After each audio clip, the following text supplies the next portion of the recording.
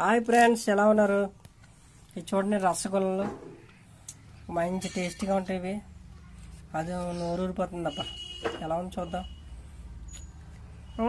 అబ్బా సూపర్, అదిరిపోయింది. సూపర్ అంటారండి మా వాళ్ళు. ఏ బూడిద గుమ్మడికాయలతో తయారు చేస్తారా? ఒక్క రకంగా ఉన్నాయండి రసగుల్లలు. అబ్బాబ్బాబ్బాబ్బా మర్చిపోతుంది. ఎంత టేస్టీగా ఉన్నాయో. మీలో ఎవరైనా ఈ రసగుల్లలు ఎంత ఇష్టమైతే కామెంట్ చేయండి ఫ్రెండ్స్. మా ఛానల్ సబ్స్క్రైబ్ చేసుకోండి. Okay friends, bye.